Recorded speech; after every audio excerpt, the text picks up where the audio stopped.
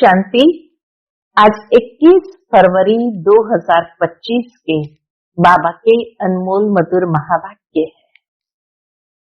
आज की मुरली में बाबा हम बच्चों को पास विथ ऑनर होने का पुरुषार्थ एवं अभ्यास बता रहे हैं।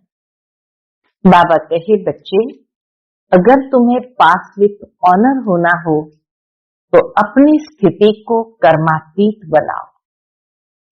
कर्मातीत स्थिति कैसे बनेगी, उसका अभ्यास बाबा बताते हैं कि बच्चे, ये बुद्धि योग कहां भी भटके नहीं। देह और देह की दुनिया को संपूर्ण भूला हुआ होना चाहिए और एक बात की याद में सदा मग्न रहना है। अभ्यास बाबा ने बताया है कि बच्चे, तुम्हें निरंतर देही अभिमानी होने का अभ्यास बढ़ाना है। जितना देही अभिमानी बनते जाएंगे, देह अभिमान टूटता जाएगा और तुम बच्चे कर्मातीत अवस्था को सहज प्राप्त कर सकेंगे। तो सुनते हैं आज के बाबा के अनमोल मधुर महावाक्य। ओम शांति। मीठे बच्चे, पास विथ ऑनर होना है तो बुद्धि योग थोड़ा भी कहीं न भटके।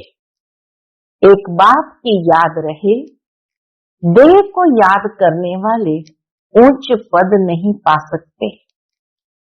आज की मुरली से प्रश्न है, सबसे ऊंची मंजिल कौन सी है? उत्तर, आत्मा जीते जी मरकर एक बात की बने और कोई याद न आए, देह अभिमान बिल्कुल छूट जाए, यही है ऊंची मंजिल। जीते जी मरकर बाप का बनना और कोई भी याद न आए, देह अभिमान बिल्कुल छूट जाए, यही है ऊंची मंजिल। निरंतर देही अभिमानी अवस्था बन जाए, यह है बड़ी मंजिल। इसी से कर्मातीत अवस्था को प्राप्त करेंगे। आज की मुरली से पहले गीत बजा है, तू प्यार का सागर है, तेरी एक बूंद के प्यासे हम। ओम शांति। अब यह गीत भी रॉन्ग है। बाबा कहे, तू प्यार का सागर है, तेरी एक बूंद के प्यासे हम, ये गीत भी रॉन्ग है। प्यार के बदले होना चाहिए ज्ञान का सागर। प्यार का कोई लोटा नहीं होता है। बाबा कहे, प्यार का कोई लोटा नहीं होता। लोटा गंगा जल आदि का होता है। तो यह है भक्ति मार्ग की महिमा। यह है रॉन्ग, वह है राइट। राइट क्या है? ज्ञान का सागर, न कि प्यार का सागर। बाप पहले पहले तो ज्ञान का सागर है। बच्चों में थोड़ा भी ज्ञान है तो बहुत उच्च पद प्राप्त करते हैं। बच्चे जानते हैं कि अब इस समय हम बरोबर कहाँ बैठे हैं। बाबा कहे, चैतन्य दिलवाड़ा मंदिर के भांति है। वह है जड़ दिलवाड़ा मंदिर और यह है चैतन्य दिलवाड़ा। यह भी वंडर है ना। जहां जड़ यादगार है, वहां तुम चैतन्य आकर बैठे हो। माउंट आबू में ही जड़ यादगार भी है, तो बाबा कहे चैतन्य में तुम आकर बैठे हो। परंतु मनुष्य कुछ समझते थोड़ी है। आगे चलकर समझेंगे कि बरोबर ये गॉड फादरली यूनिवर्सिटी है। यहाँ भगवान पढ़ाते हैं। इससे बड़ी यूनिवर्सिटी और कोई हो न सके। और यह भी समझेंगे कि यह तो बरोबर चैतन्य दिलवाड़ा मंदिर है। यह दिलवाड़ा मंदिर तुम्हारा एक्यूरेट यादगार है। कैसे? बाबा समझाते हैं। ऊपर छत में सूर्यवंशी चंद्रवंशी है, नीचे आदि देव आदि देवी और बच्चे बैठे हैं। इनका नाम है, आदि देव का नाम है ब्रह्मा। फिर सरस्वती है ब्रह्मा की बेटी, प्रजापिता ब्रह्मा है तो जरूर गोप गोपियां भी होंगे ना। वह है जड़ चित्र जो पास होकर गए हैं, उन्हों के फिर चित्र बने हुए हैं। कोई मरता है तो झट उनका चित्र बना देते हैं। दुनिया में कोई मरता है तो बाबा कहे झट उनका चित्र बना देते हैं। उनकी पोजीशन बायोग्राफी का तो पता ही नहीं है। ऑक्यूपेशन नहीं लिखे तो वह चित्र कोई काम का न रहे। मालूम पड़ता है फलाने ने यह कर्तव्य किया। ऑक्यूपेशन लिखते हैं तो पता चलता है उसने यह कर्तव्य किया। अब यह जो देवताओं के मंदिर है, उन्हों के ऑक्यूपेशन बायोग्राफी का किसको पता नहीं है। ऊंच से ऊंच शिव बाबा को कोई भी नहीं जानते हैं। इस समय तुम बच्चे सबकी बायोग्राफी को जानते हो। मुख्य कौन कौन होकर गए हैं, जिन्हों को पूजते हैं। ऊंच से ऊंच है भगवान। शिवरात्रि भी मनाते हैं तो जरूर उनका अवतरण हुआ है। रात्रि के समय ही शिव बाबा का अवतरण हुआ है, परंतु कब हुआ, उसने क्या आकर किया, ये किसको भी पता नहीं है। शिव के साथ है ही ब्रह्मा। आदि देव और आदि देवी कौन है, उन्हों को इतनी भुजाएं क्यों दी है? क्योंकि वृद्धि तो होती है ना, तो भुजाएं अर्थात जितनी वृद्धि हुई है। प्रजापिता ब्रह्मा से कितनी वृद्धि होती है? ब्रह्मा के लिए ही कहते हैं, क्या कहते हैं? सहस्त्र भुजाधारी। 100 भुजाएं, 1000 भुजाओं वाला, माना इतनी वृद्धि जरूर हुई है। तो ब्रह्मा के लिए ही कहते हैं 100 भुजाएं, हजारों भुजाओं वाला। विष्णु व शंकर के लिए इतनी भुजाएं नहीं कहेंगे। ब्रह्मा के लिए क्यों कहते हैं? यह प्रजापिता ब्रह्मा की ही सारी वंशावली है ना। ये कोई बाहों की बात नहीं है, ये उनकी वंशावली की बात है। वह भल कहते हैं हजारों भुजा वाला ब्रह्मा, परंतु अर्थ थोड़ी समझते हैं। मुख 4 दिखा दिया और भुजाएं हजारों दिखा दी, तो बाबा कहे अर्थ थोड़ी समझते हैं। अब तुम प्रैक्टिकल में देखो ब्रह्मा की कितनी भुजाएं हैं, देश विदेश में कितनी भुजाएं हैं। यह है बेहद की भुजाएं। जितने बाबा के बच्चे उतने बाबा की भुजाएं। प्रजापिता ब्रह्मा को तो सब मानते हैं, परंतु ऑक्यूपेशन को नहीं जानते। आत्मा की तो बाहें नहीं होती, बाहें शरीर की होती है। इतने करोड़ ब्रदर्स है तो उन्हों की भुजाएं कितनी हुई। परंतु पहले जब कोई पूरी रीति ज्ञान को समझ जाए, तब बाद में यह बातें सुनानी है। पहली मुख्य बात है एक। बाप कहते मुझे याद करो और वर्षे को याद करो। फिर ज्ञान का सागर भी गाया हुआ है। इतनी अथाह पॉइंट्स सुनाते हैं, इतने सब पॉइंट्स तो याद रह न सके। तंत यानी सार बुद्धि में रह जाता है, पिछाड़ी में तंत हो जाता है मन मना भव। सारी बुद्धि में याद आता है मन मना भव। ज्ञान का सागर श्री कृष्ण को नहीं कहेंगे, वह है रचना। रचता एक ही बाप है। बाप ही सबको वर्षा देंगे, घर ले जाएंगे। बाप का तथा आत्माओं का घर है ही साइलेंस होम। विष्णुपुरी को बाप का घर नहीं कहेंगे। घर है मूल वतन, जहां आत्माएं रहती है। ये सब बातें सेंसिबल बच्चे ही धारण कर सकते हैं। इतना सारा ज्ञान कोई की बुद्धि में याद रह न सके, न इतने कागज लिख सकते हैं। ये मुरलियां भी सबकी सब इकट्ठे करते जाए।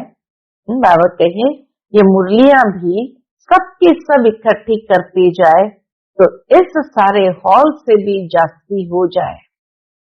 उस पढ़ाई में भी कितने ढेर किताब होते हैं। इम्तिहान पास कर लिया फिर तंत बुद्धि में बैठ जाता है, सार बुद्धि में आ जाता है। बैरिस्ट्री का इम्तिहान पास कर लिया, एक जन्म लिए अल्पकाल सुख मिल जाता है। वह है विनाशी कमाई। तुमको तो यह बाप अविनाशी कमाई कराते हैं भविष्य के लिए। बाकी जो भी गुरु गोसाई आदि है वह सब विनाशी कमाई कराते हैं। विनाश के नजदीक आते जाते हैं, कमाई कम होती जाती है। तुम कहेंगे कमाई तो बढ़ती जाती है, परंतु नहीं, यह तो सब खत्म हो जाना है। विनाशी कमाई सब खत्म हो जाना है। आगे राजाओं आदि की कमाई चलती थी, अभी तो वे भी नहीं है। तुम्हारी कमाई तो कितना समय चलती है। तुम जानते हो यह बना बनाया ड्रामा है जिसको दुनिया में कोई नहीं जानते हैं। तुम्हारे में भी नंबरवार है जिनको धारणा होती है। कई तो बिल्कुल कुछ भी समझा नहीं सकते हैं।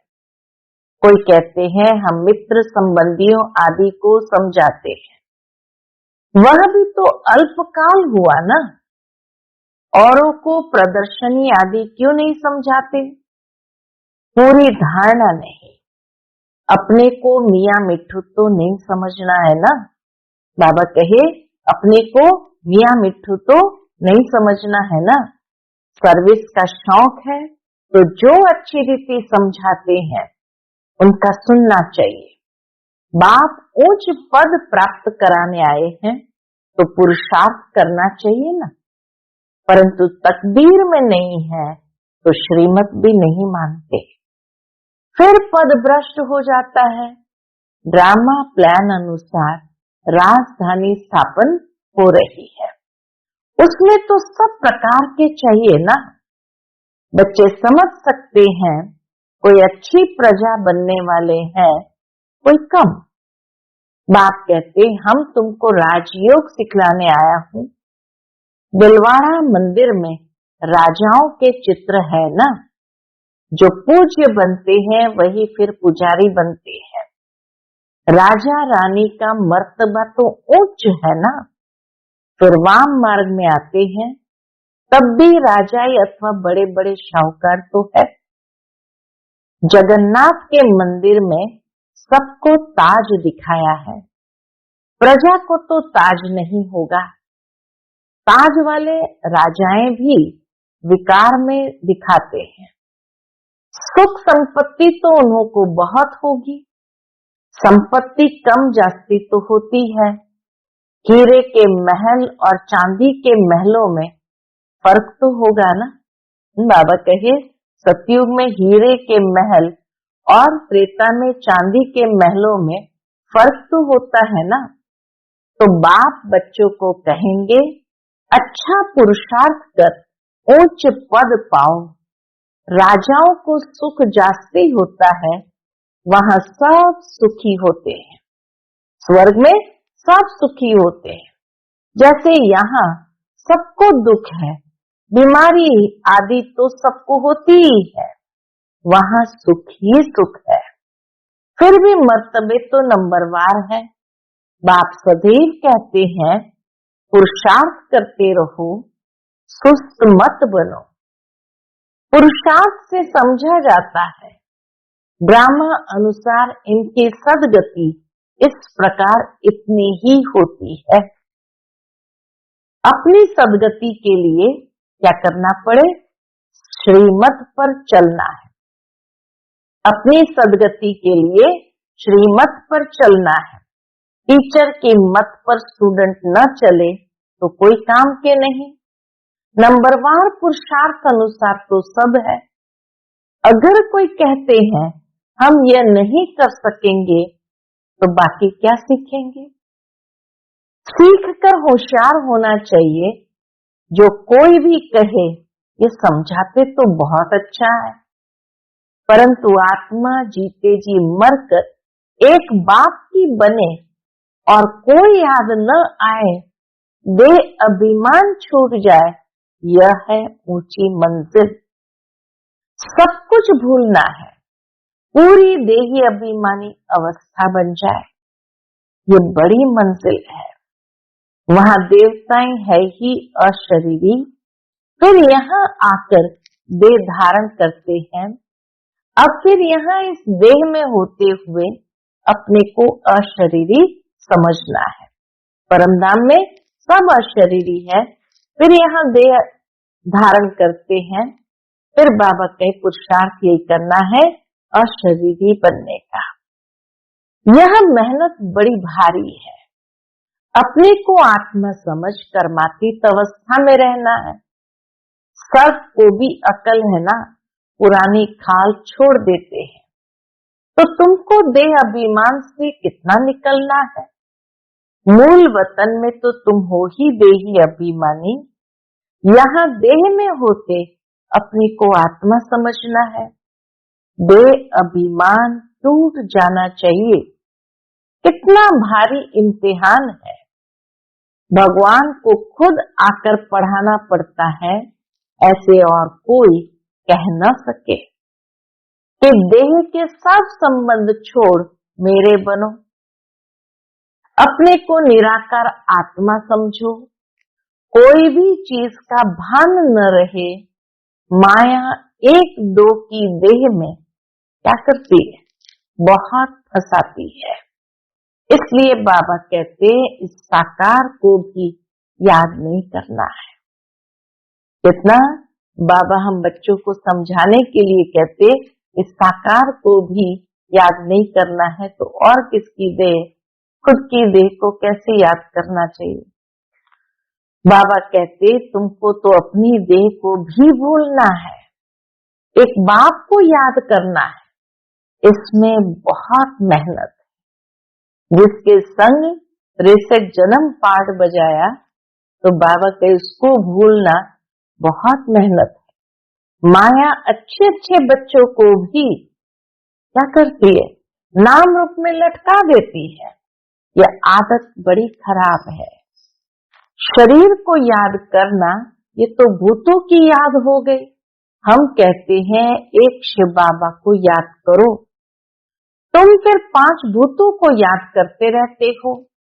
देह से बिल्कुल लगाव नहीं होना चाहिए। ब्राह्मणी से भी सीखना है, न कि उनके नाम रूप में लटकना है। देही अभिमानी बनने में ही मेहनत है। बाबा के पास भल चाट बहुत बच्चे भेज देते हैं, परंतु बाबा उस पर विश्वास नहीं करता है। कोई तो कहते हैं हम शिव बाबा के सिवाय और किसको याद ही नहीं करते हैं, परंतु बाबा जानते हैं पाई की भी याद नहीं करते हैं। याद की तो बड़ी मेहनत है, कहां न कहां फंस पड़ते हैं। देहधारी को याद करना यह तो 5 भूतों की याद है। बाबा कहे देह को याद करना, देहधारी को याद करना, यह तो 5 भूतों की याद है। इनको भूत पूजा कहा जाता है। भूत को याद करते हैं, यहाँ तो तुमको एक शिव बाबा को याद करना है। पूजा की तो बात नहीं, भक्ति का नाम निशान गुम हो जाता है, तो चित्रों को क्या याद करना है। यह भी मिट्टी के बने हुए हैं। बाप कहते यह भी सब ड्रामा में नोंद है। अब फिर तुमको पुजारी से पूज्य बनाता। कोई भी शरीर को याद नहीं करना है, सिवाय एक बाप के। आत्मा जब पावन बन जाएगी तो फिर शरीर भी पावन मिलेगा। अभी तो ये शरीर पावन नहीं है। पहले आत्मा जब सतो प्रधान से सतो रजो तमो में आती है, तो शरीर भी उसी अनुसार मिलता है। अभी तुम्हारी आत्मा पावन बनती जाएगी, लेकिन शरीर अभी पावन नहीं होगा। ये समझने की बातें हैं। ये पॉइंट्स भी किसकी बुद्धि में बैठेगी? बाबा कहे ये पॉइंट्स भी उनकी बुद्धि में बैठेगी जो अच्छी रीति समझकर समझाते रहते हैं। सतो प्रधान आत्मा को बनना है। बाप को याद करने की ही बड़ी मेहनत है। कईयों को तो जरा भी याद नहीं रहती है। पास विथ ऑनर बनने के लिए बुद्धि योग थोड़ा भी कहीं न भटके, एक बात की ही याद रहे। परंतु बच्चों का बुद्धि योग भटकता रहता है। ये भी बाबा जानते हैं, बच्चों का बुद्धि योग भटकता रहता है। जितना बहुतों को आप समान बनाएंगे उतना ही पद मिलेगा। देह को याद करने वाले कभी ऊंच पद पा न सके। यहाँ तो पास विथ ऑनर होना है। मेहनत बिगर ये पद कैसे मिलेगा? देह को याद करने वाले कोई पुरुषार्थ नहीं कर सकते। बाप कहते पुरुषार्थ करने वालों को फॉलो करो। यह भी पुरुषार्थी है ना, ब्रह्मा बाबा भी पुरुषार्थी है ना। ये बड़ा विचित्र ज्ञान है, दुनिया में किसको भी पता नहीं है। किसकी भी बुद्धि में नहीं बैठेगा कि आत्मा की चेंज कैसे होती है, कैसे आत्मा परिवर्तन होती है, ये किसकी भी बुद्धि में नहीं बैठता। ये सारी गुप्त मेहनत है। बाबा भी गुप्त है। तुम राजाएं कैसे प्राप्त करते हो? लड़ाई झगड़ा कुछ भी नहीं है, ज्ञान और योग की ही बात है। हम कोई से लड़ते नहीं है। यह तो आत्मा को पवित्र बनाने के लिए मेहनत करनी है। आत्मा जैसे जैसे पतित बनती जाती है तो शरीर भी पतित लेते हैं। फिर आत्मा को पावन बनकर जाना है। बहुत मेहनत है। बाबा समझ सकते हैं कौन कौन पुरुषार्थ करते हैं। यह है शिव बाबा का भंडारा। शिव बाबा के भंडारे में तुम सर्विस करते हो। सर्विस नहीं करेंगे तो पाए पैसे का पद जाकर पाएंगे। बाप के पास सर्विस के लिए आए और सर्विस नहीं की तो क्या पद मिलेगा? ये राजधानी स्थापन हो रही है, इसमें नौकर चाकर आदि सब बनेंगे ना। अभी तुम रावण पर जीत पाते हो, बाकी और कोई लड़ाई नहीं है। यह समझाया जाता है कितनी गुप्त बातें हैं। योग बल से विश्व की बादशाही तुम लेते हो। तुम जानते हो हम अपने शांति धाम के रहने वाले हैं। तुम बच्चों को बेहद का घर ही याद है। यहाँ हम पाठ बजाने आए हैं, फिर जाते हैं अपने घर। आत्मा कैसे जाती है यह भी कोई समझते नहीं है। ड्रामा प्लान अनुसार आत्माओं को आना ही है। बाबा के परम धाम सबको आना ही है। अच्छा, मीठे मीठे सिकिलदे बच्चों प्रति माता पिता बाप दादा का याद प्यार और गुड मॉर्निंग। रूहानी बाप की रूहानी बच्चों को नमस्ते। हम सब रूहानी बच्चों की रूहानी माता पिता बाप दादा को याद प्यार, गुड मॉर्निंग और नमस्ते नमस्ते। शुक्रिया बाबा, शुक्रिया। आज की मुरली से धारणा के लिए मुख्य सार है। पहली पॉइंट, किसी भी देहधारी से लगाव नहीं रखना है। शरीर को याद करना भी भूतों को याद करना है, इसलिए किसी के नाम रूप में नहीं लटकना है। अपनी देह को भी भूलना है। दूसरी पॉइंट, भविष्य के लिए अविनाशी कमाई जमा करनी है। सेंसिबल बन ज्ञान की पॉइंट्स को बुद्धि में धारण करना है। जो बाप ने समझाया है वह समझकर दूसरों को सुनाना है। आज का बाप दादा का मधुर वरदान हम बच्चों के प्रति है। कल्प कल्प के विजयी की स्मृति के आधार पर माया दुश्मन का आवाहन करने वाले महावीर विजयी भव। कल्प कल्प के विजय की स्मृति के आधार पर माया दुश्मन का आवाहन करने वाले महावीर विजयी भव। महावीर विजयी बच्चे पेपर को देखकर घबराते नहीं, क्योंकि त्रिकालदर्शी होने के कारण जानते हैं कि हम कल्प कल्प के विजयी हैं। महावीर कभी ऐसे नहीं कह सकते कि बाबा हमारे पास माया को न भेजो, कृपा करो, आशीर्वाद करो, शक्ति दो, क्या करूं, कोई रास्ता दो। यह भी कमजोरी है, यह भी बाबा के कमजोरी है। महावीर तो दुश्मन का आवाहन करते हैं कि आओ और हम विजयी बने। आज का स्लोगन है, समय की सूचना है, समान बनो, संपन्न बनो। आज का अव्यक्त इशारा, एकांत प्रिय बनो, एकता और एकाग्रता को अपनाओ। कोई भी सिद्धि के लिए एक तो एकांत, दूसरी एकाग्रता, दोनों की विधि द्वारा सिद्धि को पाते हो। जैसे आपका यादगार चित्रों द्वारा सिद्धि प्राप्त करने वालों की विशेष दो बातों की विधि अपनाते हैं, एकांतवासी और एकाग्रता। यही विधि आप भी साकार में अपनाओ। एकाग्रता कम होने के कारण ही दृढ़ निश्चय की कमी होती है।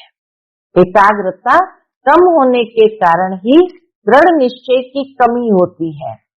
एकांतवासी कम होने के कारण ही साधारण संकल्प बीज को कमजोर बना देते हैं। इसलिए इस विधि द्वारा सिद्धि स्वरूप बनो। अच्छा, ओम शांति।